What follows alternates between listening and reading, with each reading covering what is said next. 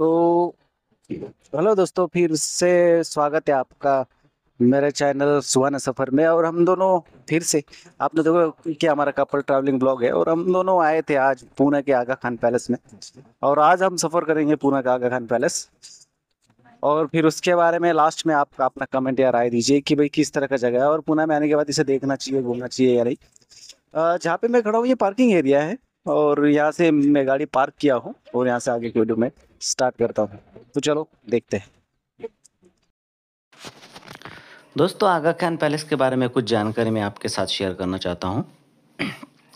इस पैलेस का निर्माण 1892 में सुल्तान मोहम्मद शाह आगा खान तीसरा ने करवाया था। कहा जाता है कि उन्होंने यह महल उन लोगों की मदद के लिए बनवाया था जिन्हें उस समय अकाल में बहुत नुकसान हुआ था। 19 एकड़ ज़मीन में फैला हुआ है और इसका आर्किटेक्चर इटालियन भारतीय डिजाइन का एक सुंदर नमूना है। हर दीवार, हर खिड़की जैसे इतिहास की कोई कहानी सुना रही हो। यह गार्डन बहुत ही हरा भरा है, शांतिपूर्ण है। फोटोग्राफर के लिए तो बहुत ही कमाल का है। जिन्हें वीडियो रील बनाना हो उनके लिए भी एकदम बेहतरीन जगह है दोस्तों। आगा खान पैलेस का नाम भारत के स्वतंत्र संग्राम से भी जुड़ा हुआ है। 1942 में भारत छोड़ो आंदोलन के दौरान महात्मा गांधी, उनकी पत्नी कस्तूरबा गांधी और उनके सचिव महादेव देसाई को यही कैद किया गया था। यहीं पर कस्तूरबा गांधी और महादेव देसाई का निधन भी हुआ। उनकी समाधियाँ आज भी यहाँ मौजूद है। दोस्तों, आगा खान पैलेस का डिजाइन शानदार है। इसे भारत का मिनी वर्साई कहा जाता है। अंदर बने म्यूजियम हॉल में आपको गांधी जी के इस्तेमाल किए हुए कई सामान देखने को मिलेंगे, जैसे कि उनकी खादी की चादर, लिखने की मेज और उनके हाथ के लिखे कुछ नोट्स। सन 1942 में जब भारत छोड़ो आंदोलन शुरू हुआ तो अंग्रेजों ने महात्मा गांधी, उनकी पत्नी कस्तूरबा गांधी को और निजी सचिव महादेव देसाई को यहीं नज़रबंद किया गया था। ये पहले भी आपको मैं बता चुका हूँ, पर तकरीबन 2 साल तक वो लोग यहीं रहे। और बाद में तो आपको बता ही चुका हूँ कि इसमें से कस्तूरबा गांधी और महादेव देसाई जी, इनका निधन भी यही हुआ। यह स्थान बहुत ही पवित्र और भावनात्मक लगता है। यहाँ खड़े होकर ऐसा महसूस होता है जैसे इतिहास हमारे सामने जीवित हो।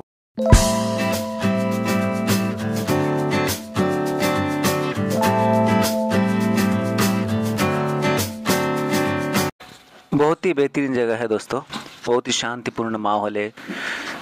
ज़्यादा यहाँ पे आवाज़ या भीड़ भाड़ आपको ज़्यादा नज़र नहीं आएंगी। ऐतिहासिक स्थल है।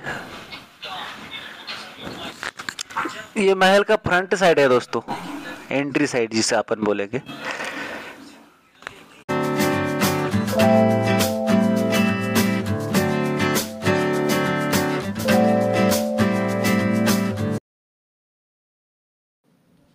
अभी हम अंदर साइड आए हैं दोस्तों।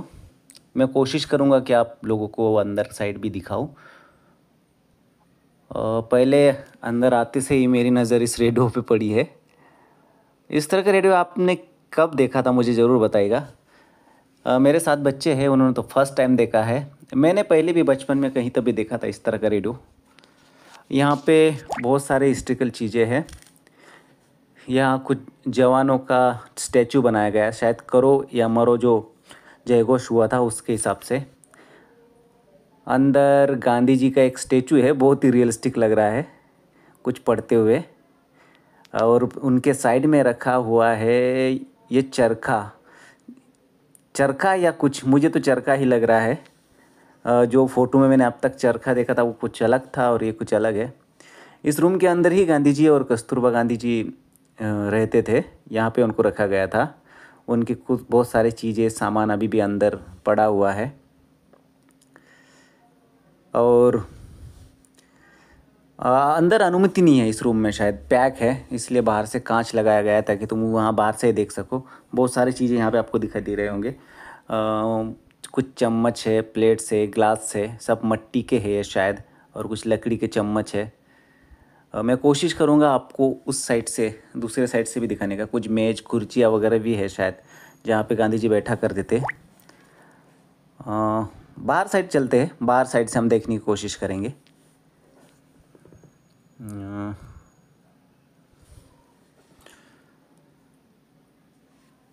काफ़ी मात्रा में लोग आते हैं, पर इतना भी नहीं, इतना भी भीड़ नहीं है कि आपको बहुत ज़्यादा परेशानी हो। इतना इतना ही लोग हैं। काफ़ी शांतिपूर्ण माहौल दिखता है, बहुत शांति वातावरण है यहाँ पे। और बाहर का नज़ारा यहाँ से बहुत ही अच्छा दिखाई देता है एक्चुअली। हाँ, यहाँ से कोशिश करते देखने की यहाँ पे क्या है। यहाँ पे एक चप्पल है, हार है और कुछ धागे, सूत है शायद, और कुछ नोट्स रखे हुए। और अंदर है तो कुर्सियाँ मेज वगैरह दिखाई दे रहा है यहाँ से साफ। इसी रूम में गांधी जी रहा करते थे 2 साल के लिए। जब यहाँ उन्हें कैद किया गया तो यहीं पे थे वो अपने पत्नी के साथ। और सिक्योरिटी गार्ड्स मना कर रहे हैं हमको अंदर का वीडियो निकालने के लिए, फिर भी हम जैसे तैसे निकालने की कोशिश कर रहे हैं।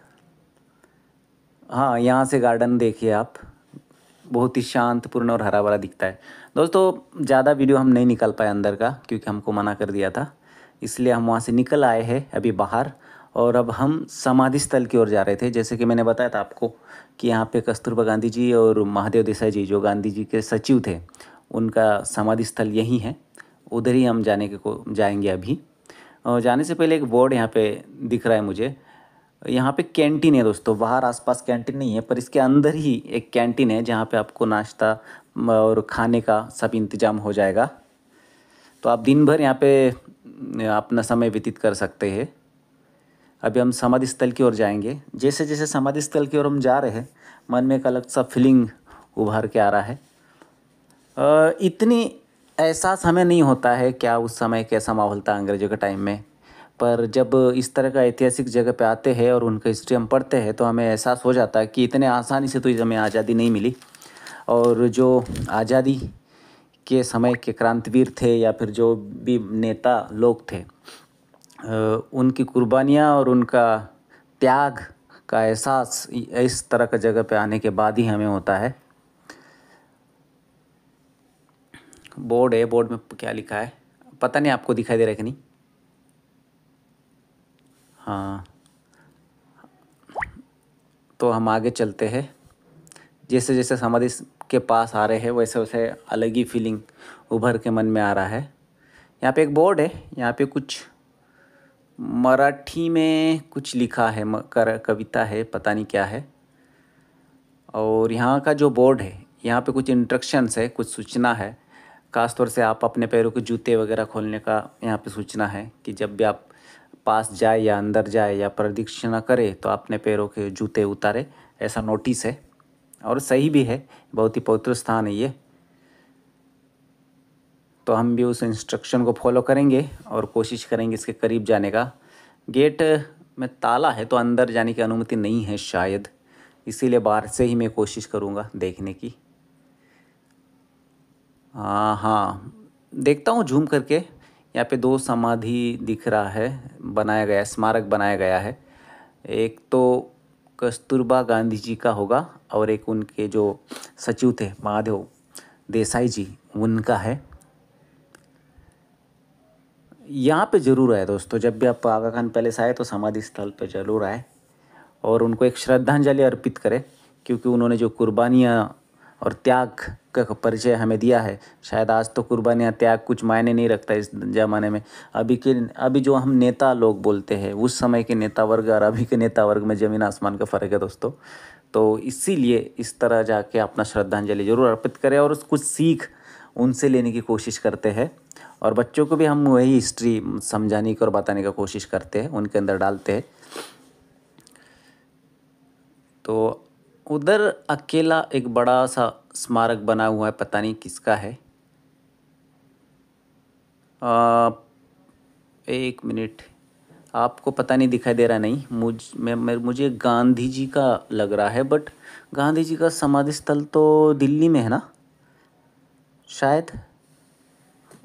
आप लोग को पता है, आप बता सकते हो मुझे कमेंट करके कि ये दिल्ली में है तो या फिर ऐसे उन्होंने बना दिया, पता नहीं, मुझे ज़्यादा जानकारी नहीं है। पर मुझे तो वहाँ से समाधि स्थल को हम देख चुके हैं काफ़ी, और अब यहाँ से निकलने की तैयारी कर रहे हैं हम। ज़्यादातर स्टोरी या जो भी समय व्यतीत करने का वो पैलेस है, वो महल है, वो म्यूजियम है। एक म्यूजियम तो बंद था, पर एक उसके अंदर बहुत सारी चीज़ें हैं। वहाँ एक बार घुसने के बाद आप काफ़ी चीज़ें वहाँ पे नोटिस करेंगे, बहुत सारी हिस्ट्री वहाँ पे पढ़ने को मिलेंगे उस समय के, भारत छोड़ो आंदोलन के समय के।